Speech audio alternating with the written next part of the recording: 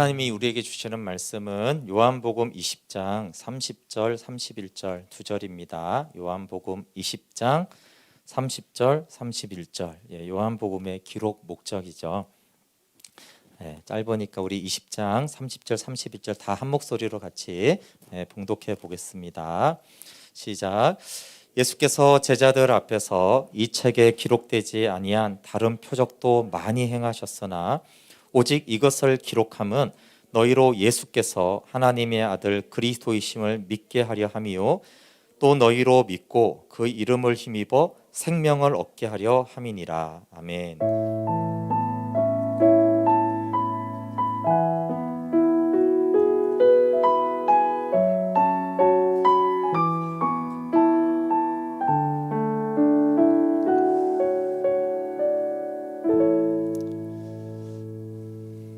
오늘 말씀은 복음의 목적은 생명이다라는 제목입니다.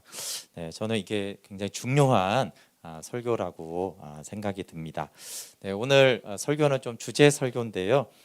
설교의 목적은 우리의 신앙생활의 목적이 무엇인가, 우리는 좀 올바른 방향으로 신앙생활을 하고 있는가. 속도보다 중요한 건 방향이죠. 왜냐하면 방향이 올바르면 결국 원하는 그 목적지에 도달하기 때문입니다. 또 하나는 우리 교회의 방향이랑 또 목회의 방향을 좀 공유하고 싶어서 이 말씀을 나눕니다. 복음의 목적은 생명입니다. 이거 굉장히 단순한 말 같지만 너무너무나 중요한 진리이고 또 우리가 많이 모르고 있는 진리입니다. 디모데후서 1장 10절에 그리스도께서는 죽음을 패하시고 복음으로 생명과 썩지 않음을 환히 보이셨다, 이렇게 말씀하셨어요. 여기 복음을 통하여, through the gospel, 복음을 통로로 하여서 생명과 썩지 않는 건 영원한 것이죠. 영생을 환히 보여주셨다, 이렇게 말씀하셨어요. 그러니까 복음을 통해 생명이 밝히 보여졌다. 그러면 이 생명은 뭐냐 하면은 요한복음 17장 3절에 영생은 참 하나님과 그가 보내신 예수님을 아는 거잖아요. 그러니까 복음을 통해서 아버지와 아들을 아는 것이 밝히 보여졌다라는 거예요. 아버지와 아들을 아는 것은 예수님 안에 거하는 것이고 예수님과 사귐의 교제를 갖는 그 생명의 교제를 말하는 것입니다. 그러니까 복음을 알면은 하나님과의 생명의 교제가 밝히 보여져야 해요. 그게 복음의 목적입니다. 그러니까 복음은 생명을, 아버지와 아들을 아는 것을 밝히 드러낸 게 복음이에요. 그러니까 복음의 목적은 생명이다. 그 생명의 교제가 목적입니다. 그럼 디모데후서만 그런 것이 아니라 오늘 본문도 마찬가지거든요. 여기 요한이 요한복음을 기록한, 이 전체를 기록한 목적이 있는데 그것은 예수께서 하나님의 아들 그리스도이심을 믿게 하려 함이요. 근데 믿는 게 목적이 아니에요. 왜 믿어야 되냐면 믿고 그 이름을 힘입어 생명을 얻게 하려는 것이에요. 그러니까 예수님이 복음이잖아요. 예수님이 복음이고 그 복음이신 예수님은 하나님의 아들 그리스도이세요. 그럼 이 복음을 믿는 목적이 무엇이냐라고 했을 때 생명을 얻게 하려 합니다 라고 말하는 것이에요. 그러니까 요한복음의 전체는 이 생명을 얻게 하려는 목적으로 복음이 선포가 돼요. 생명을 얻게 하려는 목적으로 복음이 선포되는 것입니다. 그러니까 요한이 복음을 계속 전하죠. 그러니까 예수님이 하나님의 아들 그리스도이심을 믿어야 돼요. 왜 예수님이 하나님의 아들 그리스도이심을 믿어야 되죠? 생명을 얻어야 되니까 그런 거예요. 그러니까 왜 예수님이 표적을 행하시고 그래서 예수님을 믿게 하셨죠? 표적을 행하셔서 예수님을 믿게 하는 목적은 생명을 얻게 하려는 것이에요. 그러니까 목적이 생명인 것이죠. 그것이 복음의 목적이에요. 그래서 복음과 생명이 다르다는 것을 알아야 돼요. 근데 저도 오랫동안 복음과 생명이 좀 비슷한 게 아닐까 이렇게 많이 생각을 했어요. 그러니까 복음과 생명이 비슷하다고 생각하니까 복음이면 된다라고 생각하는 거예요. 복음을 통해서 생명으로가 필요한지를 잘 모르는 것이죠. 그러니까 복음의 목적이 생명임이 선명하게 보여야 돼요. 그럼 복음은 뭐냐 하면은 복음은 생명으로 나아가게 하는 도구적인 진리예요. 도구적인 진리. 그러니까 복음은 생명으로 인도하는 것이 복음의 목적이고 복음이 진리인 이유입니다. 그런데 이 복음을 아는데, 복음을 믿는데 생명의 교제에 이르지 못하면은 그 복음은 야곱의 우물이 돼요. 그래서 수가성 여인처럼, 사마리아 여인처럼 다시 목마르게 됩니다. 저는 청년 때부터 계속 복음을 이렇게 가르치고 알아왔는데, 근데 이 생명으로 인도하는 복음의 목적에 대해서는 잘 몰랐어요. 복음의 목적이 생명이다라는 것에 대해서 잘 몰랐던 것이죠. 근데 이 생명을 몰라도 당연히 복음은 능력이 있습니다. 제가 95년도에 복음을 깨달은 그 감격으로 그래서 하나님께 훈련을 받고 헌신도 했고, 헌신한 다음에 이제 목회자로 불러서 헌신했으니까 무엇을 시키든지 하겠습니다라고 했으니까 이제 목회자로 불렀기 때문에 그것도 헌신을 했어요. 근데 여러분, 복음이 우리로 하여금 헌신도 하게 하고 감격하게도 하는데, 문제는 복음만으로는 목마름을 해결하지 못해요. 그러니까 헌신은 하는데 다시 영혼은 목마른 거예요. 저희 교회 말씀잔치는 다 복음에 대한 것이에요. 로드시 복음학교, 예수님 자리, 예수님 자리, 이것이 다 복음의 말씀인데, 그럼에도 불구하고 생명의 교제로 인도하는 복음에 대해서 제가 잘 몰랐어요. 가르쳐주는 사람도 없었고, 제가 그래도 어떤 감정적으로, 사람이 이제 감정도 중요하잖아요. 감정적으로 가장 충만했을 때는 2006년도에 제가 복음학교를 갔다 온 때라고 생각이 돼요. 그때 복음이 알아질 때 정말 십자가가, 물론 그 전에도 내 옛사람이 못 박혔다라는 것을 제가 깨달았는데, 이게 진짜 못 박았구나, 진짜 죽었네, 그리고 내 안에 내가 사는 게 아니라 그리스도가 사시는 거구나, 이거를 이제 성령님께서 누리게 하시면은 이게 진짜 마음이 달라지거든요. 그러니까 그게 이제 복음을 통해서 생명으로 들어간 거예요. 그러니까 주님의 영광이 보이는 것이죠. 주님의 영광을 보면은 더 바랄 게 없거든요. 주님의 영광을 보면 이 땅에서 더 구하거나 바라고 소원하는 것이 없어져요. 그래서 제가 주님, 제 평생에 앞으로 제 어떤 간구를 들어주지 않아도 괜찮습니다. 주님이면 충분합니다. 그렇게 기도했는데 나중에 다시 간구를 들어달라고 하더라고요. 왜냐하면 다시 목마르니까 그래요. 그러니까 영광을 볼 때는 이 땅의 만물 안의 것이 별로 중요하지 않아요. 실제로 그게 돈이든 관계든 명예든 건강이든 그런 것도 별로 중요하지가 않아요. 근데 영광을 보지 못하면 우리는 금방 이것도 필요하고 저것도 필요하고 큰일 났다 이러면서 계속 무언가에 매달려요. 그러니까 하늘을 날아갈 듯하고, 그러니까 가난도 고난도 두렵지가 않으니까 이제 헌신을 하는 것이죠. 그리고 제가 너무 큰 은혜를 받고 이걸 나누어야겠다라고 하고 제가 복음학교를 청년들에게 가르쳤을 때 또 많은 청년들이 그 복음을 듣고 변화를 경험했어요. 근데 제가 이제 그 다음 1년이 지났고 제가 그 지하실에서 혼자 기도하면서 이런 얘기를 했어요. 하나님, 저는 복음을 통해서 내가 죽고 그리스도가 사시는 것도 알았고 또 내가 그걸 전하니까 그걸 다른 사람들이 변하기도 하던데 왜 나는 다시 목마르게 됐을까요? 왜 다시 그 영광을 보지 못하게 됐을까요? 이렇게 제가 이제 기도했던 것들이 생각이 나요. 그래서 몇 개월은 갔는데 1년 이상은 유지가 안 되는 거예요. 근데 지금은 이제 그 이유를 좀 알겠는데, 사망에서 생명으로 옮겨졌을 때 너무나 그 생명이 영광을 보게 해요. 근데 생명에서 생명으로 인도하는 것이 요한복음의 메시지예요. 요한복음은 사망에서 생명으로가 끝이 아니고요, 생명에서 생명으로, 그러니까 더 풍성한 생명으로 인도해야 돼요. 근데 복음학교에서 그걸 안 가르쳐 줬어요. 생명의 교제를 안 가르쳐 주고 헌신으로 연결을 했죠. 기도를 해야 된다, 중보기도 해야 되고 선교해야 되고 이렇게 이제 가르쳐 준 거예요. 그러니까 이제 헌신을 하는 것이죠.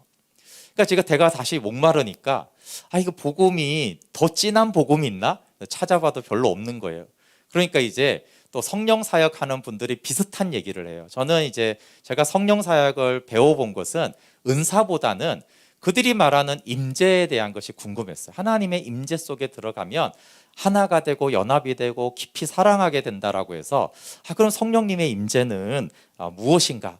그래서 정말 몇 년간을 열심히 배워보니까 임재를 느낄 수가 있는 거예요. 임재 속에 들어가면 마음이 너무 평안하고 뭔가 이제 다 또 비슷해요.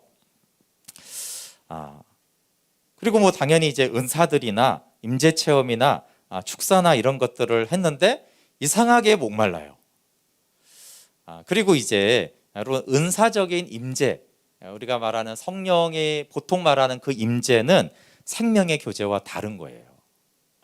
그러니까 항상성이 없어요. 그때는 굉장히 좋아요. 굉장히 마음이 편해지고 하나님 뭔가 물속에 들어가 있는 뭔가 다른 어떤 공기의 분위기를 느끼면서 하나님의 통치를 느끼지만 그것은 항상성이 있는 것이 아니에요. 그리고 깊이 주님과 생명으로 교제하는 것하고 그것도 달라요. 그러니까 아니 도대체 복음을 이렇게 알아도 이게 안 되고, 아니 성령의 임재를 체험하고 능력이 나타나도 안 되면은 이제 어떻게 하란 말이냐? 그것이 이제 계속 사역을 하면서도 계속 이게 궁금한 거죠. 근데 제가 또 9년 전에 또 복음의 목적이 생명이다라는 걸 들었지만 이게 좀 선명하지 않았어요. 그러니까 왜 선명하지 않았을까를 생각해 보니까 아까 말한 대로 제가 복음과 생명을 좀 비슷하게 생각을 했던 것 같아요. 복음이 생명이지 뭐 이렇게도 좀 뭐 유추할 수도 있잖아. 예수님이 복음인데 복음이 생명이라고 했으니까 뭐 이런 식으로 한 건지 모르지만 제 생각에는 아마 제가 복음을 너무나 중요하게 생각해서 그런 것 같아요. 복음이면 충분하고 복음의 가치가 가장 높은 가치인데, 그러니까 이제 복음이 너무 중요한데 뭔가 복음의 목적은 생명이다 그러면 생명이 더 중요한 것 같잖아요. 그러니까 그냥 생명이 중요한 건 동의가 되니까 복음도 중요하고 생명도 중요하다, 뭐 이런 식으로 제가 무의식적으로 아마 생각을 한 건지 어쨌든 생명과 복음이 선명하게 구분이 잘 되지가 않았어요. 근데 복음은 도구적 진리예요. 안 중요하다는 얘기가 절대 아닙니다. 그러나 복음은 통로가 되는 진리인 것이에요. 근데 생명이 보이니까 복음은 도구적 진리고 목적은 생명이구나. 복음의 목적인 그래서 생명을 누려야 돼요. 그래서 제가 12월부터 생명의 교제가 밝히 보이지 않으면 복음을 모르는구나, 이렇게 더 넘겨야 되겠네요. 생명의 교제가 밝히 보이지 않으면 복음을 모르는 거예요. 그냥 디모데후서 1장 10절에 아까 말했잖아요. 복음은 어떻게 한다고요? 생명의 교제를 밝히 보여준다고 그랬어요. 되게 선명하게 생명의 교제를 하게 하는 것이 복음이라고 그랬는데, 내가 복음을 알고 믿는데 생명의 교제가 안 보인다, 생명의 교제가 어떻게 하는지 모르겠다, 그러면 이제 복음을 잘 모르는 거죠. 복음의 목적이 생명인데 목적이 성취가 안 되면 복음을 아는 건가?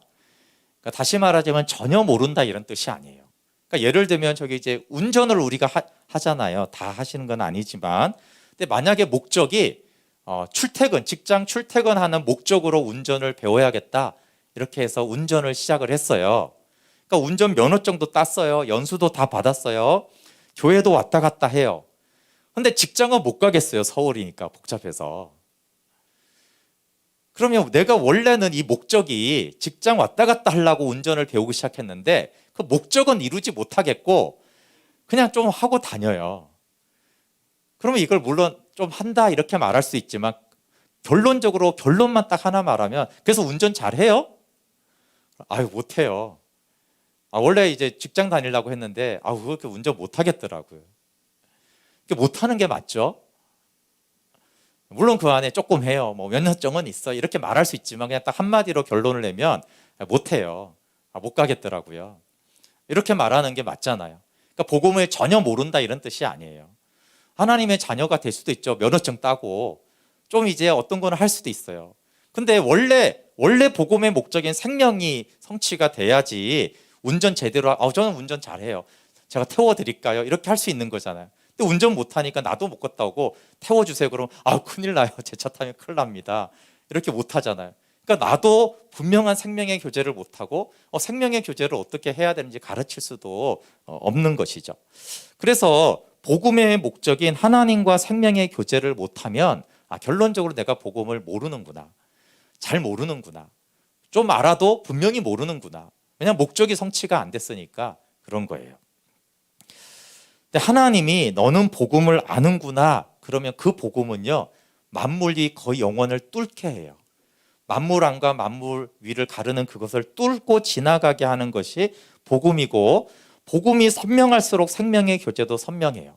그러니까 요한복음으로 말하면 2장부터 12장이 사망에서 생명으로 해요. 그런데 13장부터 17장에서 말하는 것은 생명에서 더 풍성한 생명으로 가는 말씀을 예수님이 전하고 있어요. 그러니까 이 복음이 굉장히 선명해질수록 그 생명이 생명에서만 끝나는 게 아니라 더 풍성한 생명으로, 영광을 보는 생명으로 이제 나아간다라고 말씀하는 것이에요. 어떻게 생명의 교제에 이르겠습니까? 그러려면 먼저 요한복음이 말하는 이 생명이 무엇인지 알아야 돼요. 그러니까 요한이 말하는 생명을 모르니까 생명을 너무 쉽게 생각하는 거예요. 근데 요한이 말하는 생명은 하나님의 생명이에요. 동물의 생명, 식물의 생명, 우리 몸뚱아리의 생명이 아니라 전능하시고 거룩하시고 영광스러우신 하나님의 생명이에요. 만물 위에 있는 생명이죠. 그리고 하나님과 교제하게 하는 생명이에요. 그러니까 이 생명은 어떻게 보면 이 생명을 알면 알수록 좌절이 돼야 돼요. 이 생명은 내가 죽었다 깨어나도 생명에 이를 수가 없구나. 이게 먼저 우리에게 다가야 돼요. 그러니까 생명을 모르면 내가 열심히 해서, 내가 말씀 열심히 봐서, 기도 많이 해서 생명을 누려야지. 그 생명을 모르니까 그러는 거예요. 생명은 우리의 힘으로 절대 할 수 없어요. 완전 불가능해요. 한낱 피조물인 먼지 덩어리가 전능하신 하나님이 되는 거는 완전히 불가능한 거예요.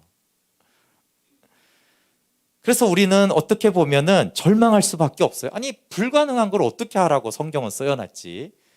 불가능한 걸 어떻게 얻으라는 거야? 그래서 요한복음 금방 아까 말씀을 읽었을 때 아멘 이렇게 되는 것보다는 이거 불가능하잖아. 어떻게 생명을 얻어? 아니, 사람의 생명이면 무슨 인격이 훌륭해지는 거, 부자 되는 거면 그러면 내가 노력하면 되잖아요. 근데 하나님의 생명에는 우리의 노력이 전적으로 무능해요. 요한복음 5장 39절 40절에 예수님의 이 말씀이 바리새인들만이 아니라 우리에게 하는 말이에요. 너희가 성경에서 영생을 얻는 줄 생각하고 성경을 연구하거니와 이 성경이 곧 내게 대하여 증언하는 것이다. 그러나 너희가 영생을 얻기 위하여 내게 오기를 원하지 않았다. 여러분, 성경을 아무리 연구해도 영생을 얻을 수가 없어요. 우리의 힘으로 할 수가 없어요. 그러니까 성경 공부를 하고 큐티를 하고 제자 훈련하고 관찰 해석 적용을 아무리 하고 612가지 율법을 다 지켜도 생명이 안 돼요. 그게 생명이에요. 그러니까 생명의 교제는 내가 안 된다라는 것이 전제가 돼야 돼요. 그러면 어떻게 생명의 교제에 이르게 되나라는 질문을 하게 되잖아요. 복음밖에 그래서 없는 거예요. 아니, 복음으로 우리가 갈 수 있잖아 이렇게 하는데, 아니요, 일단은 우리가 전적으로 무능한 것을, 그래서 칼빈으로부터 많은 사람들이 전적으로 부패하다는 얘기를 왜 하냐면요, 너무 죄인이다 이게 초점인 게 아니에요. 자, 로마서에 우리가 모든 사람이 죄를 범하였음에 하나님의 영광에 이르지 못한다는 거예요. 자, 죄의 본질은 우리가 얼마나 썩고 나쁜 놈이냐 이게 초점이 아니고 절대 죄인으로는 하나님의 영광에 이르지 못한다는 거예요. 그 영광에 이르는 게 생명인데, 그러니까 그건 불가능하다는 거예요. 죄인에게는 그게 전적으로 부패하고 타락했다라는 거예요. 그러니까 불가능한 것에서, 그러니까 전적으로 불가능한 상태에서 복음만이 생명으로 가게 하는구나라는 것으로 복음이 들려지고 보여져야 된다는 뜻이에요. 내가 복음을 많이 연구하면, 내가 복음 집회에 많이 가면은 되지라는 게 아니라 전적으로 할 수 없는데, 근데 복음으로 주님이 주셨구나. 그래서 복음이 중요한 거예요. 그리고 복음의 특징은 우리를 생명으로 인도하는 특징이 있어요. 우리가 제주도행 비행기를 타면 비행기가 제주도로 인도하잖아요. 그렇죠? 우리가 갈 수 없는데, 헤엄쳐서 바다를 건널 수 없는데 비행기를 타면 그 비행기가 인도해 주듯이 우리가 복음 안에 있으면, 복음을 믿고 순종하여 받아들이면 그 복음이 우리를 생명의 교제로 인도해요. 그러니까 생명의 교제로 인도할 때까지 복음을 겸손하게 알아야 됩니다. 예수님이 이렇게 말씀하셨어요. 예수님은 생명, 즉 아버지 품으로 인도하는 길이요 진리요 생명이에요. 그러니까 예수님이 길이요 진리요 생명이다라는 거 너무 잘 알잖아요. 또 어떤 길이겠어요? 예수님은 나는 아버지께로 인도하는 길이다, 생명으로 인도하는 길이다, 이렇게 말한 거예요. 진리도 우리를 생명의 교제로 인도하는 진리다, 내가 생명이다, 그는 아버지와 교제하게 하는 생명이다, 이렇게 말한 거예요. 그러니까 다 예수님이 놀랍게도 성자 아들이신 그분은 나는 통로다, 이렇게 말한 거예요. 나는 아버지께로 가는 통로야, 이렇게 예수님이 자신을 그렇게 소개하고 있는 거예요. 요한복음 12장 44절에서도 이런 말씀을 하세요. 나를 믿는 자는 나를 믿는 것이 아니요 나를 보내신 이를 믿는 것이다. 생각해보면 좀 이상하잖아. 우리가 예수님 믿는 거 맞잖아요. 그런데 예수님이 여기서 뭘 얘기하는 거예요? 나를 믿는 게 아니야.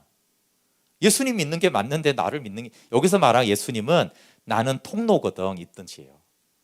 나는 도구적 진리야. 예수님이 예수님 자신을요, 그 영광스러운 하나님의 아들이 자신을 도구적 진리로 소개하는 거예요. 나를 믿는 건 나를 믿는 게 아니고 아버지를 믿는 거야. 나는 아버지를 믿는 통로고 길일 뿐이야. 아버지를 믿는 거야, 이렇게 말하는 거예요. 그러니까 우리가 감히 이렇게 예수님을 도구적 진리다 말하면 이거 정말 이제 신성모독 같겠지만 예수님은 예수님을 그렇게 소개하세요. 나를 통해 아버지께로 가는 거야. 복음을 통해 생명으로 가는 거야.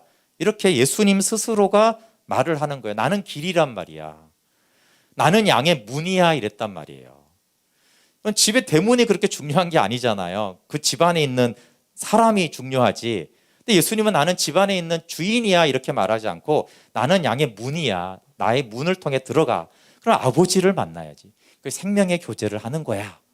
예수님이 그렇게 자기를 복음으로 소개하고 있다는 거예요. 복음의 목적은 생명이니까 나를 통해 아버지와 만나는 거야, 이렇게. 그래서 예수님의 목적, 요한의 목적은 우리의 목적이 돼야 돼요.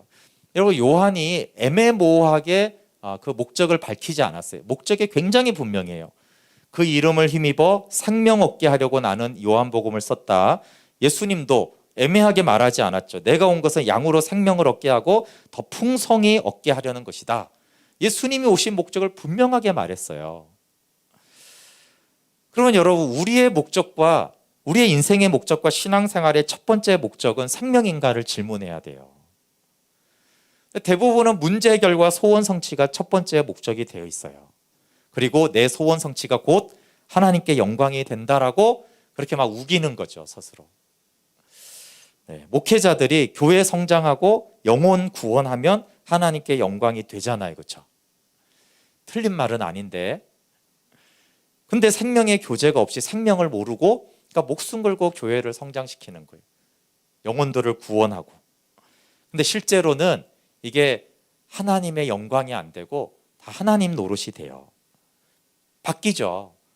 제가 다 해봤고 제가 관찰한 수많은 목회자들이 다 그래요. 늘 말하지만 그럼 목사만 그래요, 여러분. 내 목적, 내 꿈을 내가 만들어 놓고 이 꿈은 하나님께 영광이 될 거라고 자꾸 우겨요. 아니, 하나님의 영광을 위해서 그 일을 하는 것이 해야 되는데 우선순위가 생명이 되면 그 일이 하나님께 영광이 돼요. 우선순위가 하나님께 영광이 되지 않는 내 소원 성취는 하나님께 영광이 안 되고 내가 왕노릇하려고 하는 것이죠. 성경의 기록 목적은 생명인데 우리는 자꾸 그 성경을 내 소원 성취의 도구로 자꾸 쓴단 말이에요. 하나님은 생명 얻으라고 준 말씀을 우리는 자꾸 나의 유익을 위해서 갖다가 쓰려고 해요. 근데 여러분, 하나님이 나를 사랑하시고 나의 주인이란 말이에요. 그리고 그분이 우리의 창조주인데 그분은 우리가 풍성한 생명을 누릴 때 가장 행복하도록 창조해 놨어요. 그러니까 하나님이 가장 당연히 좋은 것을 주시고 그게 목적인데 우리는 그 하나님의 목적에 관심이 별로 없어요. 제가 종종 그 75세 심판이 임한 목사님에게 하나님이 하나님 선하신데 왜 이런 심판이 왔나라고 했을 때 너는 생명으로 목회하지 않았다라고 했고 그 노 목사님이 아멘하고 감옥에도 갔다 오시고 고난을 기꺼이 받아들이셨는데 제가 그분을 이제 잘 생각이 나는 이유는 그게 이제 저한테 하는 말 같아서 그래요. 용호야, 너도 생명으로 목회하지 않았잖아. 그 목사님만 그런 게 아니고, 왜냐하면 제가 아까 말한 대로 몰라서 그런 거지만 생명의 교제가 없었어요. 왜냐하면 생명의 교제가 뭔지 몰랐으니까. 그리고 성도들을 생명의 교제로 내가 인도하지 못했구나. 그래서 저에게는 개인적으로 제가 목회가 참 의아했던 것이, 저는 이렇게 청년 때부터 이렇게 전도사나 부목사나 담임목사가 되면 갈수록 제가 목회를 잘할 거라고 생각을 했어요. 왜냐하면 경력이 쌓이고 아는 게 많고 여러 가지. 그런데 이상하게 갈수록 목회가 안 되더라고요. 그리고 이제 청년부를 하면서 두 곳을 하면서 이렇게 부흥 성장하고 청년들이 많이 행복해하는 걸 봤어요. 삶이 변화되고 헌신하고. 그래서 제가 그걸 생명의 공동체라고 생각을 했어요. 그래서 그때를 재현하고 그때보다 더 성장하고 행복한 교회가 되면 좋겠다, 이런 생각을 제가 오랫동안 했었는데, 최근에 제가 깨달았던 것은 그렇게 부흥하고 성장했던 청년부가 생명의 공동체가 아니었다라는 걸 좀 깨닫게 됐어요. 그러니까 부교육자님께 그만둬야 되잖아요. 제가 가장 좋을 때 딱 그만뒀기 때문에 그때 생각만 있는 거예요. 근데 제가 지금 돌이켜보니까 그게 5년, 10년 갔으면 다시 야곱의 우물이 되는 거예요. 원래 하나님이 역사하면 이렇게 확 일어났다가 몇 년 되면 다시 야곱의 우물이 되는 현상이 주로 많거든요. 그러니까 하나님이 전도사 때는 못 모르고 생명다해 열심히 하니까 이렇게 불쌍히 여기셔서 도와주셨던 것 같아요. 근데 하나님이 일하시고 점점 생명으로 가라고 그렇게 하시는데, 저는 이게 좋은 거예요. 여기가 좋사오니 이런 것처럼, 야, 이거 너무 좋군요. 그러면서 생명의 교제를 하면서 생명 얻게 하는 사역을 해야 되는데, 저는 이제 계속 그 과거의 부흥과 행복감을 재현하려고 했구나. 그러니까 이제 생명으로 목회하지 않으니까 오히려 제 안에 자기 주장 의지가 하나님 노릇하고 인정받고 사람의 영광을 구하는 그 마음만 높아지는 거예요. 점점. 그러니까 점점 복음을 알수록 겸손해져야 되는데, 점점 복음을 알수록 생명의 교제로 못 가면 야곱의 우물이기 때문에 지난주에 말했죠. 인격이 자꾸 붕괴가 돼요. 그러니까 하나님의 심판이 그래서 저에게 임했는데 제가 그걸 깨닫지를 못했어요. 하나님 메마름을 주시고 비참함을 주실 때 이것이 다른 길로 인도하는 거라고 똑같아요. 제가 메마름이 왔을 때 예전에 은혜 받았던 데를 찾아다닌 거예요. 그래서 제가 복음학교도 다시 가보고 성령 집회도 다시 가보고 막 이렇게 했는데 하나님이 그걸 계속 막으시는데 제가 그때를 몰랐어요. 왜 다시 은혜를 안 주시지? 그런데도 계속 모르니까 가정이 심판을 받고 교회도 심판을 하시는구나. 그래서 생명의 교제를 기초로 하는 사역, 생명의 공동체를 세우게 하려고 하나님이 실패하게 하시는구나. 실패하지 않으면 나는 계속 부흥하고 성장하고 행복하고 그러면 계속 그거를 할 거 아니에요. 그러다 보면은 그 부흥이 이제 목회가 우상이 되겠구나. 그래서 하나님이 심판하심으로 하나님이 생명을 기초로 하는 집을 지으라고 하는구나. 그래서 생명의 교제를 기초로 하지 않은 모든 집은 모래 위에 있는 집이구나. 여러분, 내가 생명의 교제를 하지 않은 상태로 행한 그 모든 사역은 모래 위에 지은 집이에요. 은사에는 설교도 은사 중에 하나예요. 잘 가르치고 잘 분석하고 잘 통찰하고 잘 가르치는 거. 그러니까 설교를 잘하는 거하고 생명으로 설교하는 건 다른 거예요.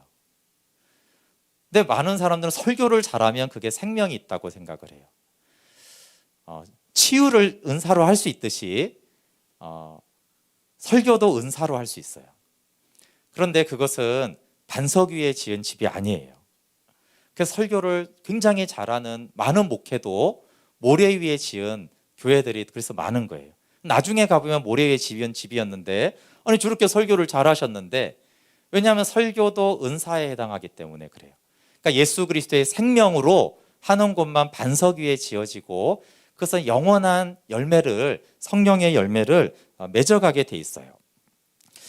저는 25년간 복음을 전했는데 내가 이 생명에 초점을 맞추고 생명에 이루도록 하는 복음을 내가 잘 몰랐구나. 예. 그래서 제가 이전의 패러다임을 좀 바꾸고 버려야겠다라는 생각을 했어요. 제가 처음 이제 전도사 때 목회를 해보니까 열심히 했는데 도대체 모르겠더라고요. 목회가 뭔가. 제가 이제 이제 청년부 그 세미나에 갔는데 목회 전체 그림을 보여주는 거예요. 그래서 청년부여도 이 목회 전체 그림을 알고 해야 되는 거구나.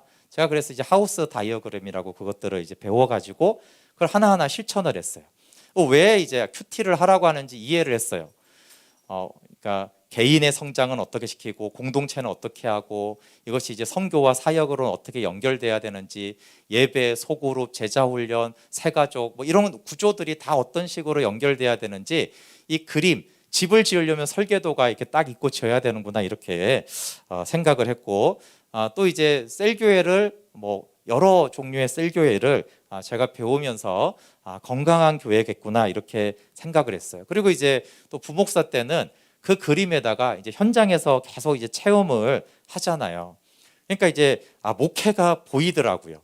근데 굉장히 희한한 건 목회를 알겠다 하는 순간부터 목회가 안 되더라고요. 그래서 저는 이게 굉장히 이상했어요. 내가 목회를 잘하고 싶어서 열심히 목회를 배워서 처절하게 배워서 이제 알겠다 했더니 이게 잘 안 되는 거예요. 근데 지금은 그 이유를 알겠는데 내가 배운 목회가 생명의 공동체가 안 되고 성장하고 잘 조직된 교회를 내가 배웠구나. 잘 어떻게 성장시키는지 어떻게 잘 조직하는지 그런 교회를 내가 오랫동안 배웠구나. 왜냐하면 계속 그걸 가르쳐 줬으니까 제가 뭐 어리니까 이제 선배들이 하시는 그 목회를 잘한다고 하는 분들 또 건강하게 그런 걸 이제 배우잖아요. 배우고 제가 받아들이고 이렇게 했던 것들인데 그분들이 잘 몰랐구나. 생명의 공동체에 대해서 또 생명을 얻게 하는 생명의 교제로 인도하는 복음을 잘 몰랐구나. 네, 그래서 제가 20년 동안 해온 이 셀을 내가 버려야겠구나. 네, 그러면 이제 어떻게 할 거냐? 그건 잘 모르겠어요. 네, 뭐 말씀 양육을 안 한다 이런 뜻이 아니에요. 그냥 전체 그 그림이라는 구조가 거기에 성경보다는 여러분 아시지만 이 교회를 운영하기 위해서 사회에서 조직 운영이나 이런 것들을 알면 많이 도움이 돼요. 근데 이런 것들이 막 섞여 있는 그런 것들이 교회론에도 교회 성장에도 너무 많구나. 그냥 하나님의 생명의 교제를 하면서 성도들을 생명의 교제로 인도해야겠구나. 그러니까 제가 은사로 설교하지 않고 생명으로 설교하도록 기도해 주세요. 그러니까 생명으로 설교하는 건 딴 방법이 아니라 제가 먼저 생명의 교제를 해야만 해요. 그래야만 생명으로 설교를 하고 그런데 제가 여러분 생명의 교제를 하지 않아도 제 말씀에 제가 은혜 받는 사람들을 많이 봤어요. 그러니까 은사로 설교해도 사람들은 은혜를 받는데 근데 그거는 은사는 오래 가지 않아요. 그러니까 생명으로 설교가 되고 또 생명으로 그걸 받는 걸 알아야 돼요. 은사로 잘하는 거를 받는 거 그것도 도움은 되죠, 당연히. 그렇지만 그거 생명력이 달라요. 방법이 말이 다르다는 것이 아니라 성령께서 보시는 게 달라요. 성령이 은사로 사역하면 그냥 그래 하라고 그러고 생명으로 사역하면 너무너무 좋아하세요. 하나님의 평가가 다르죠. 뭐 사람의 평가는 비슷할 수 있어요. 근데 하나님이 보실 때는 하나님은 아들의 생명에 무척 관심이 있기 때문에 아들이 생명이 드러나는 것을 굉장히 기뻐하세요. 다만 제가 요한복음을 보면서 요한이 전하는 대로 복음을 전하고 싶다 이런 생각이 들었어요. 그러니까 요한은 생명 얻게 하려는 분명한 목적을 가지고 다 가르쳐요. 복음을 말하든 표적을 말하든 불신앙을 말하든 예수님을 말하든 다 생명을 얻게 하려는 초점을 가지고 이렇게 복음을 전하더라고요. 그래서 요한처럼 하나님 제가 복음을 전할 수 있으면 좋겠습니다. 그러니까 그냥 복음이 아니라 생명 얻게 하는 복음. 그러니까 여러분들도 말씀을 들을 때 또 인터넷 말씀을 들을 때도 은사로 하는 거 이런 거보다는 생명 있는 설교를 내가 분별할 수 있어야 돼요. 그 생명 얻게 하는 말씀이 어떤 말씀인가를 좀 들을 수 있어야 돼요. 막 쪼개고 막 은사로 너무 말을 너무 잘하고 이런 거는 다 은사예요. 근데 생명으로 인도하는 복음을 분별할 수 있어야 돼요. 소망은 하나님이 하시는 일이라는 기대를 합니다. 그리고 하나님과 생명으로 교제하게 하는 목회와 방법은 제 생각에는 좀 어려운 것 같아요. 내용이 어려운 게 아니고 인간의 본성하고 안 맞아요.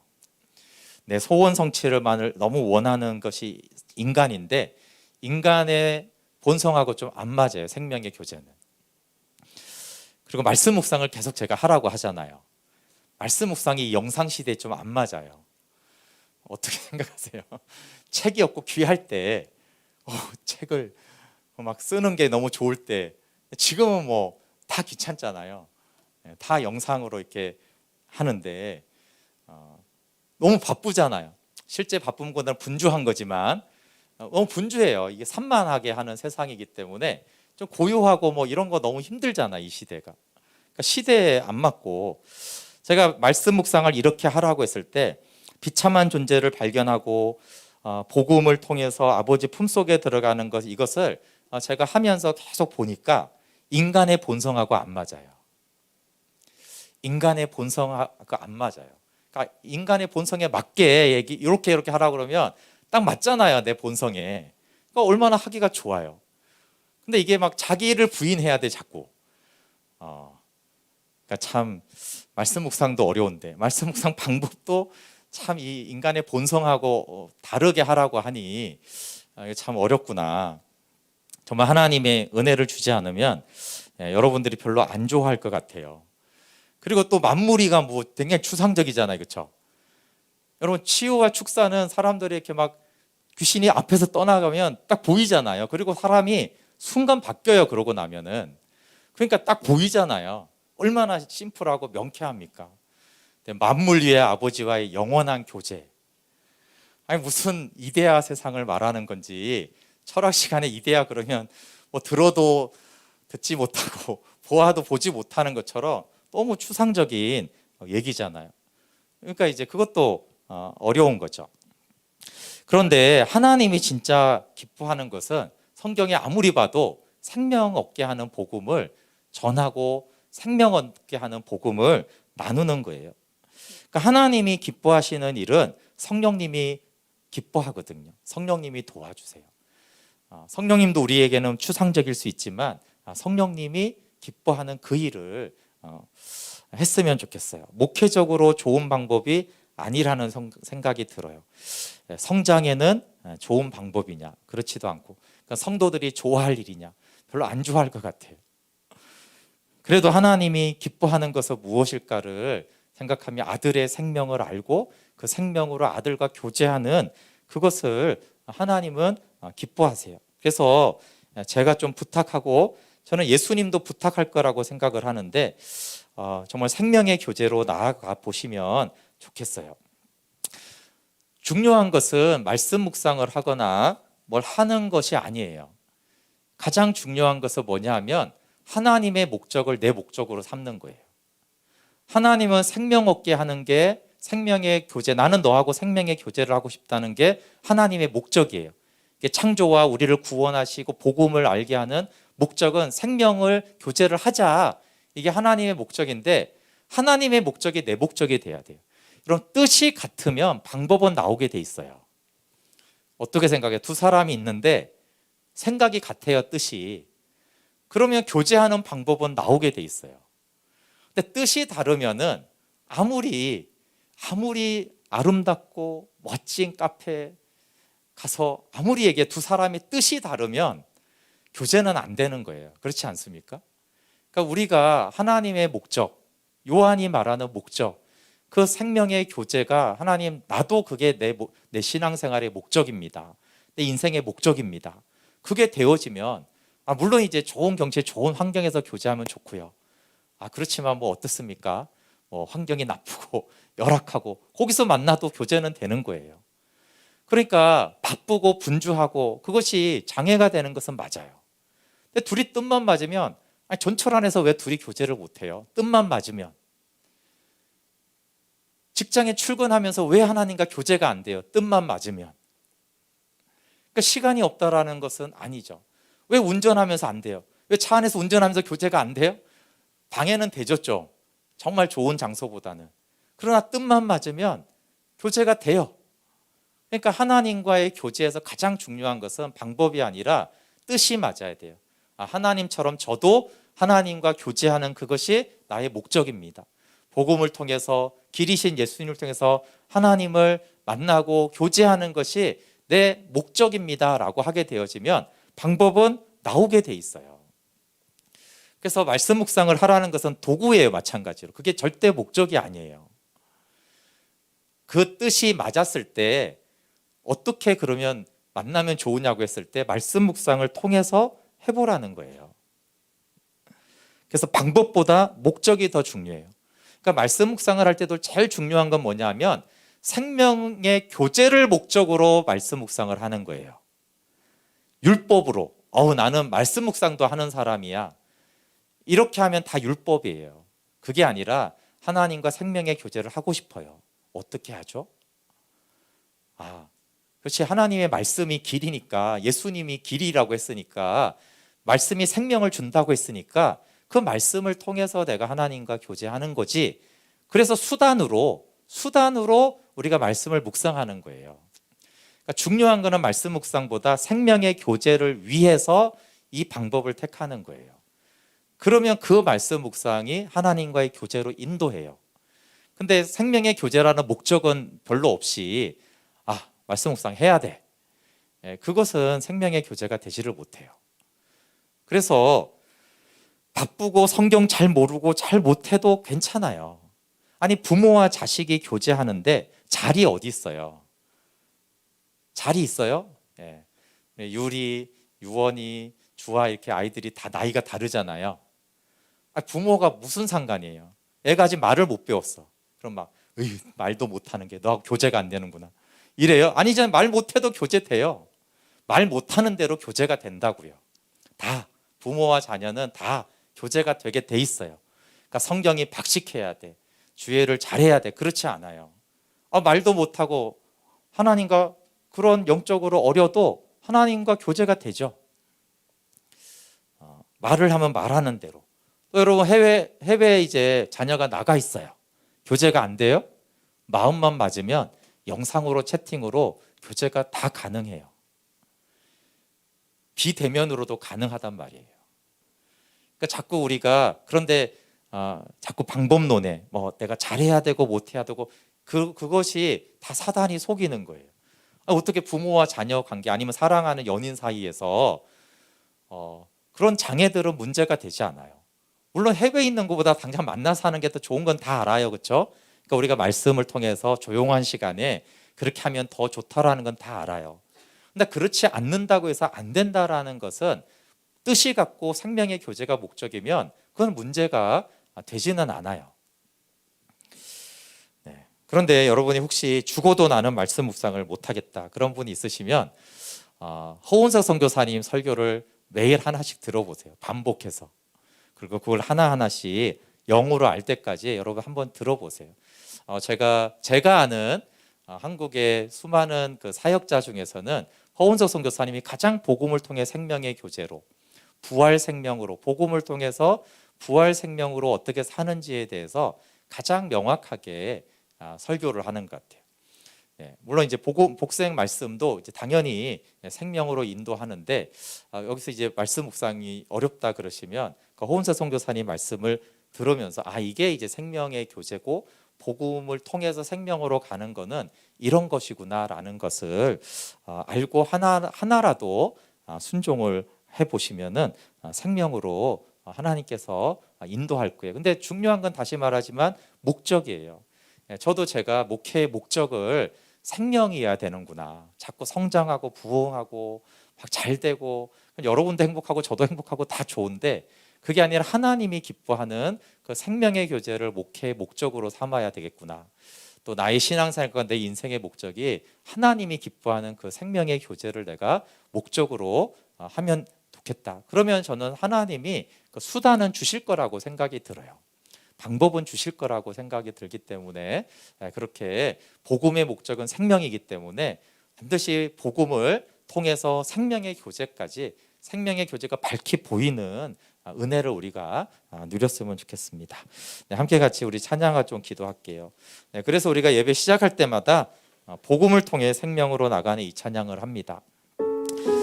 복음을 통해서 생명의 교제, 아버지와 아들을 아는 것이 밝히 보이는 그것으로 나갑니다. 이런 고백이거든요. 우리 찬양하고 이제 기도하겠습니다.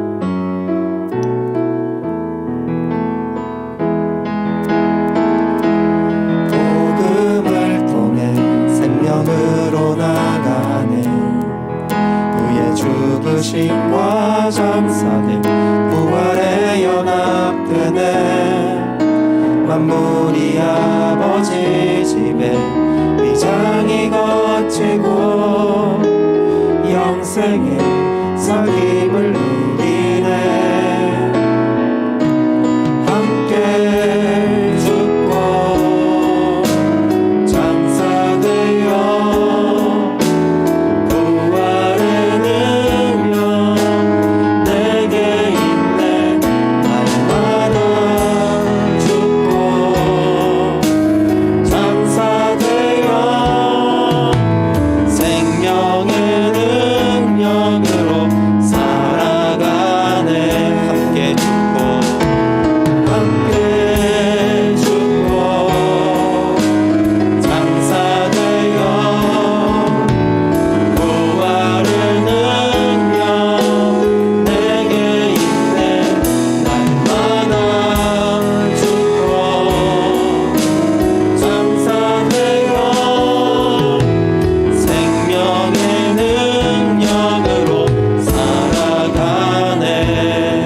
함께 기도하겠습니다. 우리를 창조하시고 구원하시고 사랑하시는 하나님께서 간절하게 부탁하세요. 내가 너에게 주고 싶은 것은 생명이다. 그 생명의 교제로 내가 아들에게 준 그 영광을 보는 것이다. 나는 너도 같은 마음으로 같은 뜻으로 네가 내게 나올 때 나는 너를 생명으로 만나줄 것이고 언제나 십자가의 보혈로 너를 씻어 내 품 안에 거하게 할 것이다. 네, 우리의 목적이 딴 데 가 있는 우리의 연약함을 고백하고 하나님의 목적이 나의 목적이 되기 원합니다. 복음의 목적이 내 인생의 목적이 되기를 원합니다. 함께 같이 기도하겠습니다. 하나님은 우리에게 생명 주시려고 이 만물을 창조하셨고 우리를 이 땅에 보내셨고 하나님 또한 아들을 보내사 우리에게 생명 주시는 그 복음을 믿게 해주셨습니다. 하나님 아버지, 하나님의 목적은 생명이고 복음의 목적은 생명이고 요한도 생명 얻게 하려고 내가 이 복음을 기록한다라고 말하고 있습니다. 하나님, 우리의 인생의 목적, 신앙생활의 목적은 무엇입니까? 헛되고 헛된 것, 그것을 목적 삼지 않습니까? 때로는 세상이 말하는 또 사단이 심지어 말하는 것을 목적으로 삼고 있는 저희들입니다. 하나님의 목적이 생명, 그 생명만이 가장 우리를 부요하게 하고 하나님의 영광을 바라보며 더 이상 바랄 것도 구할 것도 없는 그 안식과 은혜와 평강 안에서 하나님만을 찬양하게 합니다. 주님, 우리를 그 생명의 교제로 인도하여 주시고 그 뜻을 또 가르쳐 주시옵소서.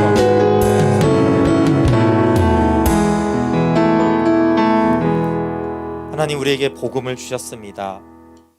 하나님의 아들이신 그리스도 예수님을 주셨고 또 그분의 십자가와 장사됨과 부활을 통하여 이 복음을 통하여 우리에게 생명을 주시고 생명의 교제, 아버지와 아들을 아는 그리고 아버지와 아들의 영광을 보는 그 생명을 얻게 하시려고 아들을 보내셨고 우리를 구원하셨습니다. 하나님의 목적이 나의 목적 되어 하나님과 내가 생명의 교제라는 한 마음과 한 뜻으로 신앙생활하고 하나님 어느 때 어느 상황에서도 주님과 교제하는 이 목적 안에서 주님 앞에 나아갈 때마다 성령님 도와주셔서 길 대신 예수님을 통하여서 아버지 품속에 거하는 그 안식과 영광을 누리며 하나님만을 찬양하게 하여 주시옵소서. 예수님의 이름으로 기도합니다. 아멘. 교회 소식 전해드리겠습니다. 오늘은 사순절 첫째 주일입니다. 40일 동안 십자가의 고난 또 우리를 사랑하신 그 사랑을